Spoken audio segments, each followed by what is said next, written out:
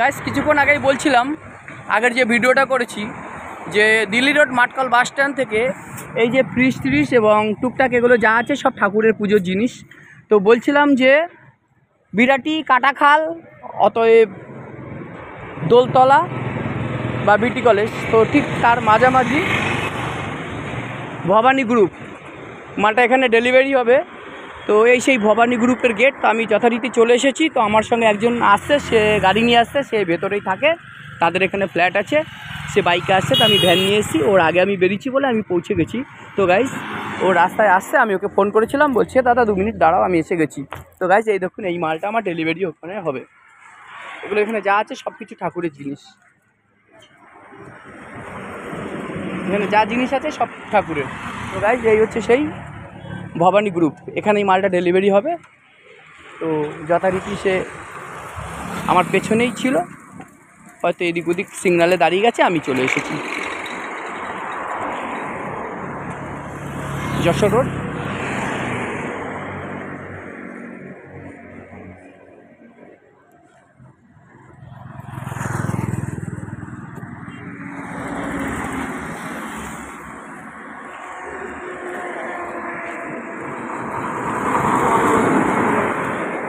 দেখুন বারাসাতের ওদিক থেকে গাড়িগুলো আসছে।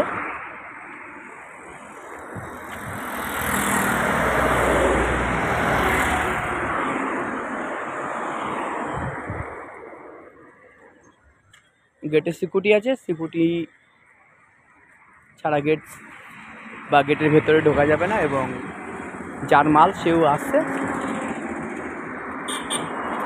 সেই ফ্ল্যাটেই থাকে।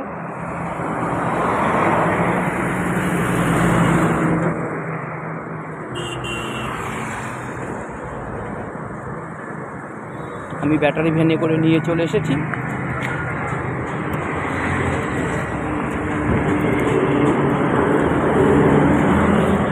তো গাইস শুধু এই নয়, আমার এই ব্যাটারি ভ্যানটা নিয়ে গাইস আমি অনেক দূর চলে যাই। মাস 2 আগে গিয়েছিলাম নবদ্বীপ থেকে 5খানা স্টেশন, পাটুলি। তো যাই হোক গাইস, সেদিন আমার ওখানে 1খানা আলমারি এবং 1খানা আলনা ডেলিভারি করতে হয়েছিল। সেটা আমাদের এই বেলঘরিয়া আলিপুরের একটা মেয়ের বিয়ে হয়েছিল সেই বাড়িতে। এবং গেল সপ্তাহ, তার আগের সপ্তাহে আর একটা জায়গায় গিয়েছিলাম।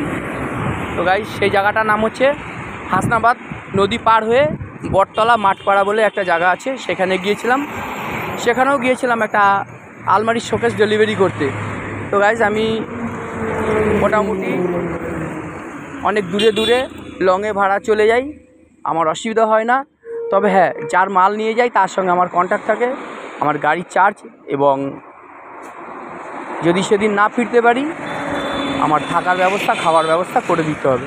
তো গাইস আমি 2 জায়গায় 2টো মাল ডেলিভারি করেছি, তাতে আমার প্রবলেম হয়নি। নবদ্বীপ পাটুলি যেখানে গেছি সেখানেও আমি আমার খাওয়া দাওয়া, গাড়ি চার্জ এবং রাতে থাকার জায়গাও পেয়েছিলাম। তার সঙ্গে গেল সপ্তাহ, তার আগের সপ্তাহে গিয়েছিলাম হাসনাবাদ, সেখানেও আমার বলা হয়েছিল যে আমি যাচ্ছি ঠিকই, কিন্তু আমার রাস্তার কোনো রকম ফেসে গেলে তার দায়িত্ব তোমাকে নিতে হবে, 1 নম্বর কথা। 2 নম্বর কথা, তোমার বাড়ি পৌঁছে যাওয়ার পর আমার গাড়ির চার্জ, কেন চার্জের গাড়ি তো, ব্যাটারির গাড়ি, যেহেতু চার্জ দিতে হয়, তো সেই জায়গায় আমার গাড়ি চার্জের ব্যবস্থা করে দিতে হবে। এবং আমি যে যাচ্ছি আমার খাওয়া দাওয়ার ব্যবস্থাও তোমাকে করতে হবে। যদি আমার সেরকম হয় তাহলে আমাকে রাতে থাকার জায়গা দিতে হবে। তো গাইস বলতে নেই, সেখানেও গিয়েছিলাম, কোনো রকম কোনো প্রবলেম হয়নি। সেখানে গেছি, পৌঁছে গিয়েছিলাম, এবং সেখানে রাত্রে মোটামুটি, হ্যাঁ রাত্রে তো অবশ্যই 2টোর সময়, 2টো আড়াইটার সময় গাড়ি চার্জে বসিয়েছিলাম। সেখান থেকে রাত 1টা, 1:30টার সময় গাড়ি চার্জ কমপ্লিট হচ্ছে। রাত 1:30টার সময় তো আর বেরোনো যাবে না, রাতটুকু থেকে সকালবেলা 6টার সময় হাত মুখ ধুয়ে আমার এক বন্ধুকে সঙ্গে নিয়ে সেখান থেকে বেরিয়ে এসেছি। তো হাসনাবাদ থেকে আমি আমার এই ব্যাটারি গাড়ি ঘড়ি ধরে সকাল 6টায় ছেড়েছিলাম, এবং হাসনাবাদ থেকে সকালবেলা 6টার সময় গাড়ি ছেড়েছিলাম, চলে এসেছিলাম আমাদের কলকাতায়, মানে বেলঘরিয়া 10টার সময়। তো মোটামুটি 6টা থেকে 10টা, 4 ঘন্টা, ফুল 4 ঘন্টা গাড়ি টেনেছিলাম একভাবে। তো গাইস যাই হোক, রোদের মধ্যে করছি বা আপনাদের জন্য ব্লগ করছি, আবারও দেখাচ্ছি, দেখি আপনাদের ভিডিওটা। দেখুন এই মালপত্র দিল্লি রোড বাস স্ট্যান্ড থেকে নিয়ে এসেছি।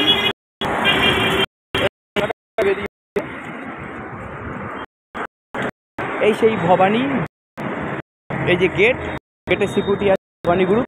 তো গাইস এখানে উনি যার মাল, তো আমার আমার ভ্যান সেহেতু কতটা সিগনাল প্রবলেম হয়, কিন্তু বাইক নিয়ে আসছে তো সেহেতু সিগনালে হয়তো দাঁড়িয়ে গেছে কোনো জায়গায়, যার কারণে একটু লেট হয়েছে। তো যাই হোক গাইস, সবাই ভালো থাকবেন, আমিও ভালো আছি। আবার দেখা হবে পরের ভিডিওতে।